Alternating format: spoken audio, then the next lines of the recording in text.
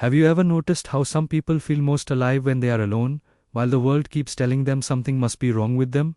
Maybe you're one of them. You enjoy quiet mornings, deep thoughts, and your own company more than crowded rooms or constant conversation. Yet somewhere along the way, you were made to feel strange for it.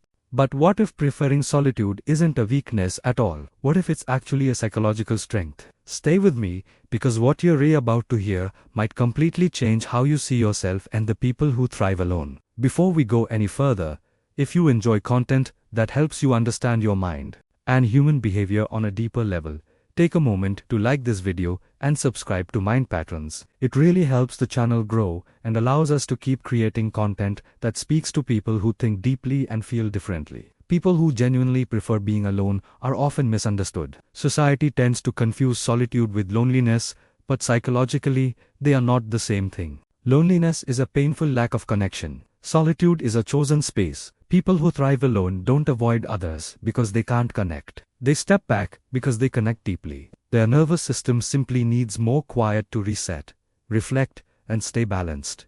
While others recharge through stimulation, they recharge through stillness. One powerful reason these people thrive is because they have a strong inner world.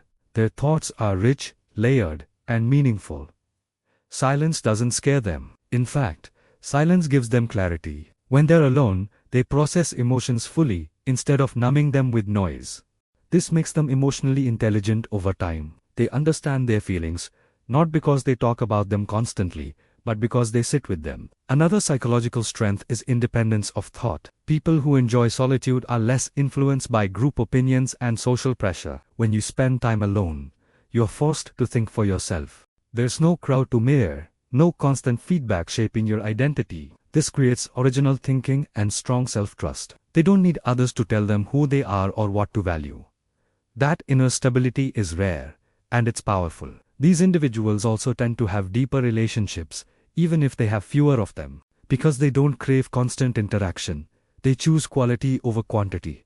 When they connect, it's intentional. They listen carefully, they observe patterns, they notice what others miss. This makes their presence meaningful rather than noisy. People often feel deeply understood around them, even though they may not speak much. Preferring solitude also builds resilience. When you're comfortable being alone, you're less afraid of loss, rejection, or abandonment.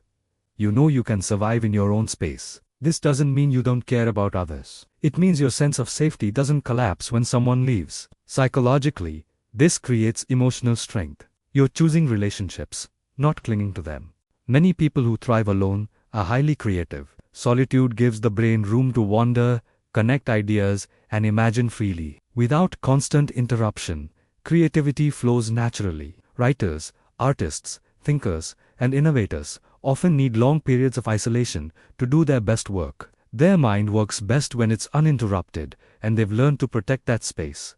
Another overlooked trait is strong boundaries. People who enjoy being alone are very aware of their energy. They know when social interaction drains them and when it nourishes them. This awareness helps them say no without guilt. They don't overextend themselves just to be liked. Psychologically, this protects them from burnout and emotional exhaustion. At Mind Pattrens, we often talk about how misunderstood strengths become hidden burdens when society labels them as flaws. Preferring solitude is one of the biggest examples of this. When people are told they're antisocial, cold, or broken for enjoying alone time, they start doubting themselves. But once they understand the psychology behind it, everything shifts. What once felt like isolation starts to feel like alignment. It's important to say this clearly. Thriving alone doesn't mean hating people. It means you don't lose yourself when no one is around. You don't need constant distraction to feel okay. You can sit with your thoughts, your emotions, and your reality without running from it. That level of self-connection is rare in a world addicted to noise. If you're someone who prefers being alone, you may have noticed that you grow the most during quiet periods.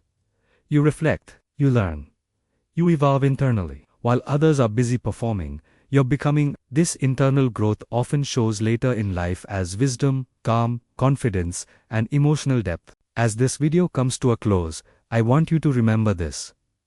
Solitude is not something you need to fix, it's something you need to understand. When chosen consciously, it becomes a source of clarity, creativity, and strength. The world doesn't need everyone to be loud. It needs people who think deeply, feel honestly, and live intentionally. If this video resonated with you, let us know in the comments. Do you feel energized by being alone, or did this help you understand someone in your life better? And if you know someone who's always been misunderstood for enjoying their own company, share this video with them. Sometimes, understanding is the most powerful form of connection.